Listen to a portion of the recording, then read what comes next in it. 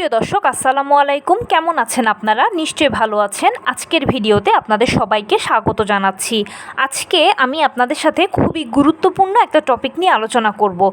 Recently maximum আপনারা আমাকে এরকম প্রশ্ন করছেন যে আপু, আমার নবম মাসে 36, 37, 38 সপ্তাহ চলছে, অথবা কেউ একেবারে নবম মাসে পড়েছেন, আমি আমার শরীরে এই লক্ষণগুলো দেখতে পাচ্ছি বা এগুলো হঠাৎ করে শুরু হয়েছে, এখন এগুলো নর্মাল ডেলিভারির লক্ষণ কিনা, কিংবা আমার নর্মাল ডেলিভারি হবে কিনা।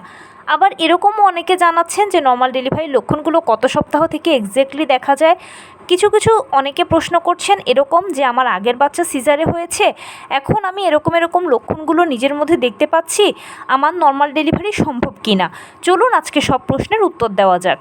বাই দ্য ওয়ে, মূল ভিডিওতে যাওয়ার আগে একটা কথা বলি, আমি আমার চ্যানেলে pregnancy related, specially normal delivery related অনেক ইম্পর্টেন্ট তথ্য ভিডিও আকারে শেয়ার করে থাকি। এই তথ্যগুলো আমার পার্সোনাল এক্সপেরিয়েন্স ও আমার ডক্টরের সাজেশন থেকে নেওয়া। তাই আমার চ্যানেলটিকে যদি একবার আপনারা ভিজিট করেন, তাহলে আপনারা আপনাদের প্রশ্নাতীত মনের অনেক প্রশ্নের উত্তর পেয়ে যেতে পারেন। আমন্ত্রণ জানাবো আমার চ্যানেলটিকে একবার ভিজিট করে দেখার জন্য। এবারে চলুন মূল আলোচনায় যাওয়া যাক। আমি শুরুতেই বলেছি আজকে আলোচনা করব, রিসেন্টলি আমি যত কমেন্টস পাচ্ছি তার মধ্যে ম্যাক্সিমামই এরকম কমেন্টস থাকছে যে নবম মাসে পড়েছি বা 36, 37, 38 সপ্তাহ আমার এই লক্ষণ দেখা যাচ্ছে, নর্মাল ডেলিভারি হবে কিনা বা চান্স আছে কিনা। আবার কেউ জিজ্ঞেস করছেন যে কত সপ্তাহ থেকে প্রকৃতপক্ষে নর্মাল ডেলিভারির লক্ষণগুলো দেখা যেতে শুরু হয়। কারো প্রশ্ন এরকম থাকছে যে আপু, আমার আগের বাচ্চা সিজারে হয়েছে, এখন আমি এরকম লক্ষণ আমার শরীরে দেখতে পাচ্ছি, এটা কি নর্মাল ডেলিভারির লক্ষণ কিনা? যদি লক্ষণ হয়ে থাকে তাহলে আমার নর্মাল ডেলিভারি হবে কিনা। চলুন সব প্রশ্নের উত্তর দেওয়া যাক। আসলে নর্মাল ডেলিভারির লক্ষণগুলো নিয়ে কিন্তু আমি আমার চ্যানেলে অলরেডি ভিডিও দিয়েছি এবং মাঝে মাঝে আমি টুকটাক বলে থাকি, তবুও প্রতিনিয়তই প্রশ্ন আসতেই থাকে। তো যারা প্রশ্ন করেন তাদের জন্যই কিন্তু আমি আজকের ভিডিওতে বলবো যে নর্মাল ডেলিভারির লক্ষণগুলো কি কি। নর্মাল ডেলিভারির লক্ষণগুলো আপনি নবম মাসের শুরু থেকেই দেখতে পাবেন, কারণ নবম মাস মানেই হচ্ছে ডেলিভারির পূর্ব প্রস্তুতি। ডেলিভারি যে কোনো সময় হয়ে যেতে পারে, সেটা নবম মাসের শুরুতেও হতে পারে, মাঝামাঝিতেও হতে পারে, শেষেও হতে পারে। তাই নবম মাসের শুরু থেকে মোটামুটি নর্মাল ডেলিভারির লক্ষণগুলো দেখা যায়। এবারে বলি লক্ষণগুলো কি কি। লক্ষণগুলো হচ্ছে ঘন ফলস পেইন হওয়া। ফলস পেইনটা কোমরের দিক থেকে শুরু হয়ে তলপেটের কাছে এসে পায়ের নিচ দিয়ে চলে যাবে। খুবই অল্প সময়ের জন্য এটা থাকে, কিন্তু একটু ঘন হয়। আর অনায়াসে এটা অনেকেই বুঝতে পারেন। অনেকে আবার মনে করেন যে আমি হয়তো প্রথমবার যারা মা হয় তারাই মনে করেন যে আমার তো নর্মালি এরকম ব্যথা হয়, তাই এটা মনে হয় সাধারণ ব্যথাই। কিন্তু একটু খেয়াল করে দেখবেন যে ঘন হচ্ছে, তখনই বুঝে নেবেন যে এটা ফলস পেইন। দ্বিতীয় যে লক্ষণটা দেখবেন সেটা হচ্ছে পেট শক্ত হওয়া। মাঝে মাঝে দেখবেন আপনার পেট শক্ত হচ্ছে, কয়েক সেকেন্ড থাকছে, আবার অটোমেটিক ছেড়ে দিচ্ছে। তো এটা হচ্ছে একটা অন্যতম লক্ষণ। তার পাশাপাশি আরও একটা লক্ষণ দেখা যায়, সেটা হচ্ছে চাপ অনুভব করা। খেয়াল করবেন যে আপনার নিচের দিকটাতে অনেক চাপ অনুভব হচ্ছে, মনে হচ্ছে যেন কিছু একটা ছিঁড়ে বেরিয়ে যেতে চাইছে, বা এরকম লাগছে যে আপনি দাঁড়ালে বসতে কষ্ট হচ্ছে, বসলে দাঁড়াতে কষ্ট হচ্ছে, এবং যখন বসছেন তখন মনে হচ্ছে বুঝি আপনি বাচ্চার উপরে বসে পড়েছেন। এক কথায় তলপেট থেকে নিচের দিকে আপনার ভারী লাগবে। এর পাশাপাশি তলপেটেও ব্যথা হয় অনেকে আবার জরায়ু মুখে ব্যথা পায়, অনেকে আবার যৌনাঙ্গেও ব্যথা পায়। এই ধরনের ব্যথা কষ্টগুলো থাকেই। তার সাথে দেখা যায় যে কারো স্রাব যায়। বেশিরভাগই অনেকে বলে থাকেন যে পাতলা স্রাব পা দিয়ে গড়িয়ে পড়ে, কারো আবার দুধের স্বরের মতো ভাঙা স্রাব যেতে পারে, আঠালো বা থকথকে স্রাব যেতে পারে। কারণ কি, স্রাবের সাথেই নর্মাল ডেলিভারির কানেকশান রয়েছে। এরকম স্রাব যেতে এক পর্যায়ে দেখবেন যে আপনার বাদামি বর্ণের স্রাব শুরু হবে, একদম আমাদের পিরিয়ডের প্রথম দিনের মতো। আমাদের পিরিয়ডের প্রথম দিন যেরকম হালকা বাদামি বা হালকা গোলাপি বর্ণের স্রাব যায়, ঠিক সেরকম এখানেও একটা পর্যায়ে দেখবেন যে এরকম স্রাব যাবে বাদামি বা গোলাপি বর্ণের। আর ওই স্রাবটা মানেই হচ্ছে আপনার নর্মাল ডেলিভারি প্রক্রিয়া শুরু হয়ে গেছে। তার পাশাপাশি যেটা দেখতে পাবেন সেটা হচ্ছে ঘন প্রস্রাবের চাপ অনুভব করা। আপনি হয়তো বাথরুমে যাচ্ছেন, 1 ফোঁটা প্রস্রাব হচ্ছে, নয়তোবা হচ্ছেও না, কিন্তু আপনি র্যান্ডম একটা চাপ ফিল করতেই থাকবেন। মোটামুটি এই 4টে লক্ষণ হচ্ছে নর্মাল ডেলিভারির লক্ষণ।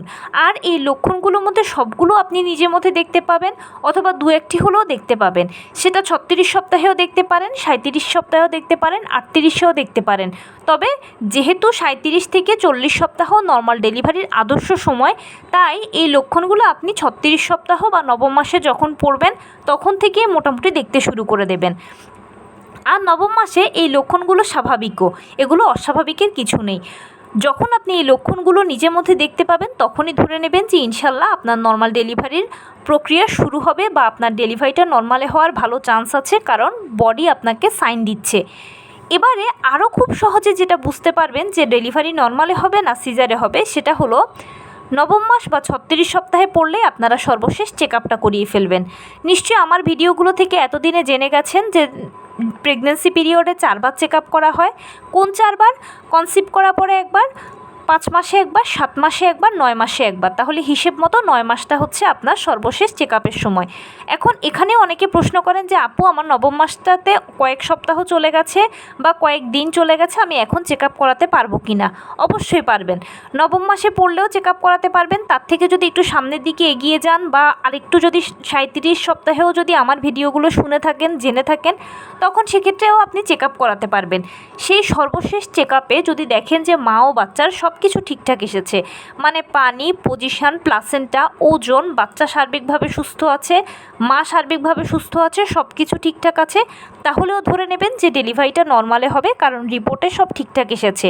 আর যদি কোনো জটিলতা থাকে তখন সেক্ষেত্রে সিজার লাগবে, ডাক্তারই আপনাকে বলে দেবে।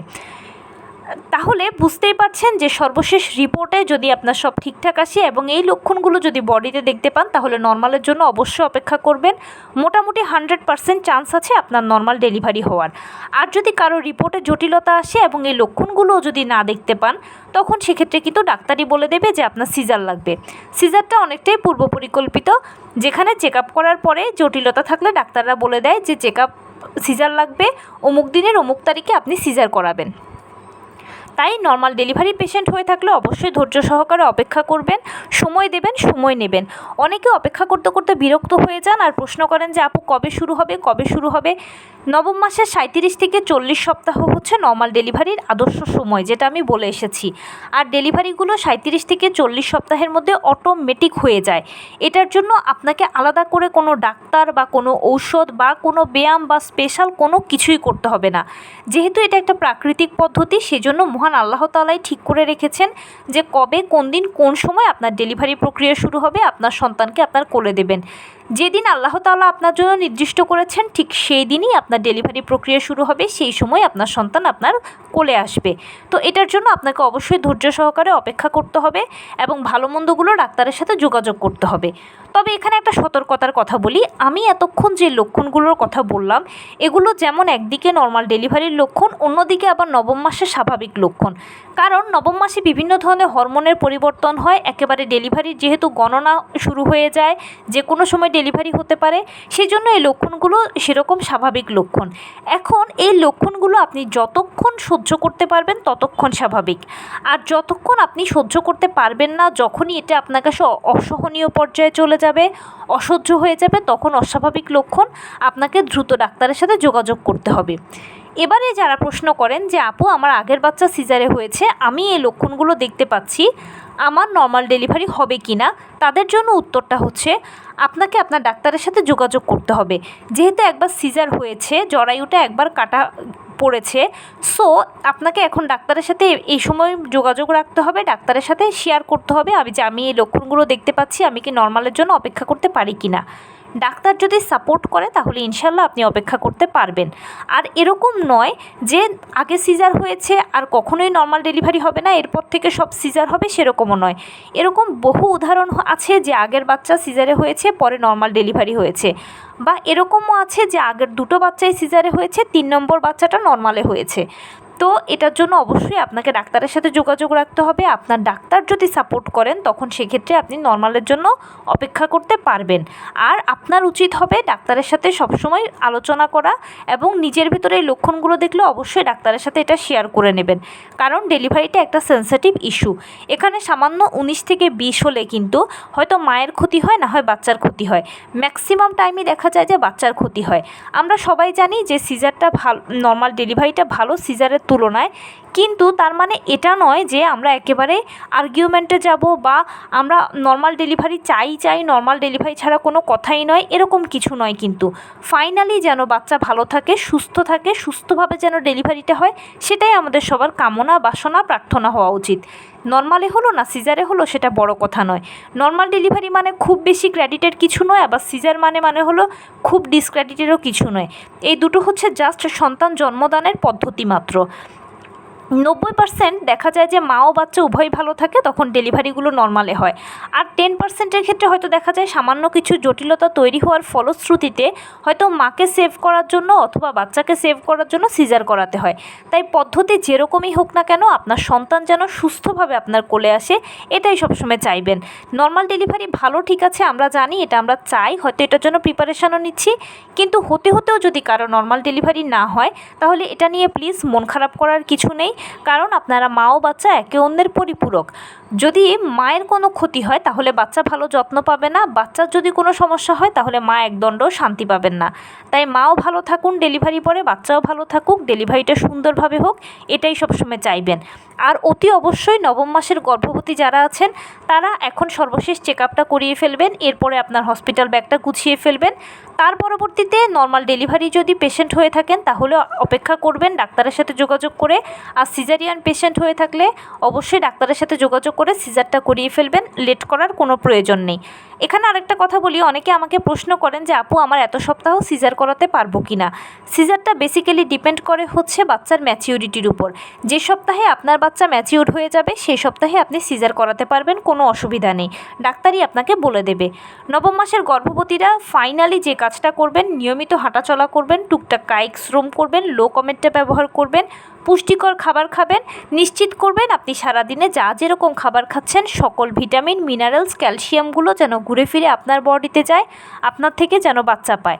আর আপনি যেই ধর্মের অনুসারী হন না কেন বেশি বেশি করে উপরওয়ালাকে ডাকবেন, টেনশন করবেন না, কারণ টেনশন করে এখানে কোনো কাজ হবে না।